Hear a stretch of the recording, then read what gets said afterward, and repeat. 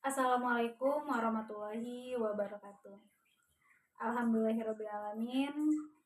Mari kita bersyukur kepada Allah Tuhan Yang Maha Esa. Semoga kita selalu berada di dalam lindungan dan kasih sayangnya. Yang terhormat Bapak, Ibu, hadirin dan teman-teman semuanya. Saya merasa bersyukur sekali karena hari ini kita bisa duduk bersama, saling mendengar dan saling belajar. Halo semuanya, perkenalkan saya Hasrifa Aulia dari Fakultas Hukum dan Ilmu Sosial Universitas Terbuka. Teman-teman, ada sebuah pepatah yang mengatakan, hidup ini ibarat perjalanan yang panjang.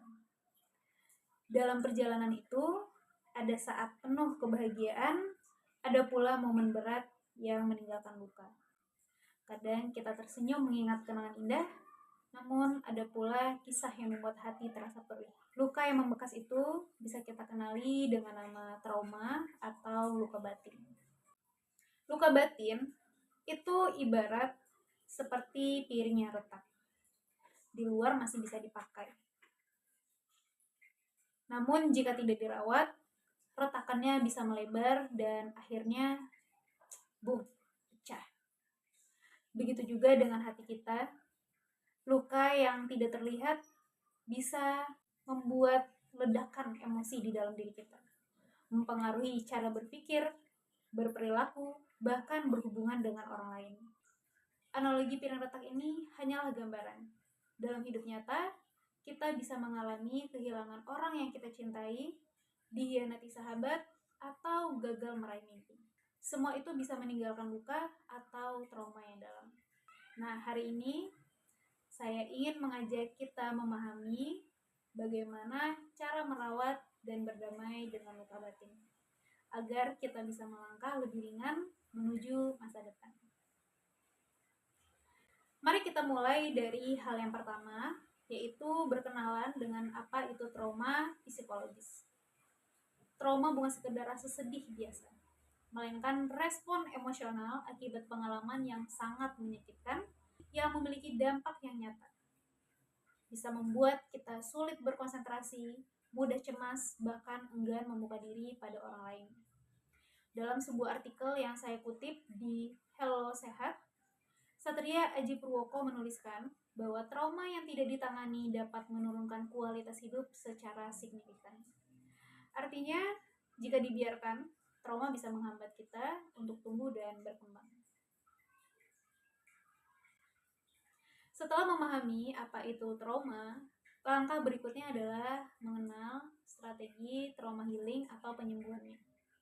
Sama seperti tubuh yang terluka, hati dan pikiran juga perlu kita rawat. Caranya sederhana, bisa menulis jurnal, meditasi, atau menyalurkan emosi lewat seni seperti menggambar, bermusik, atau gerak. Dan jika masih terasa terlalu berat, konseling dengan psikolog atau terapis atau psikiater bisa menjadi pilihan yang paling bijaksana. Yakinlah, mencari bantuan bukan tanda kelemahan, melainkan keberanian diri untuk pulih. Namun merawat saja tidak cukup. Agar benar-benar pulih, kita juga perlu belajar berdamai dengan luka dan masalah. Berdamai bukan berarti kita melupakan, karena kita tidak bisa menghapusnya. Namun, kita bisa memilih bagaimana cara kita menanggapinya. Berdamai berarti menerima bahwa luka itu pernah ada, lalu menjadikannya bagian dari perjalanan hidup yang membentuk diri kita hari ini. Ingat, proses pemulihan trauma membutuhkan kesabaran, dukungan, dan kasih pada diri sendiri.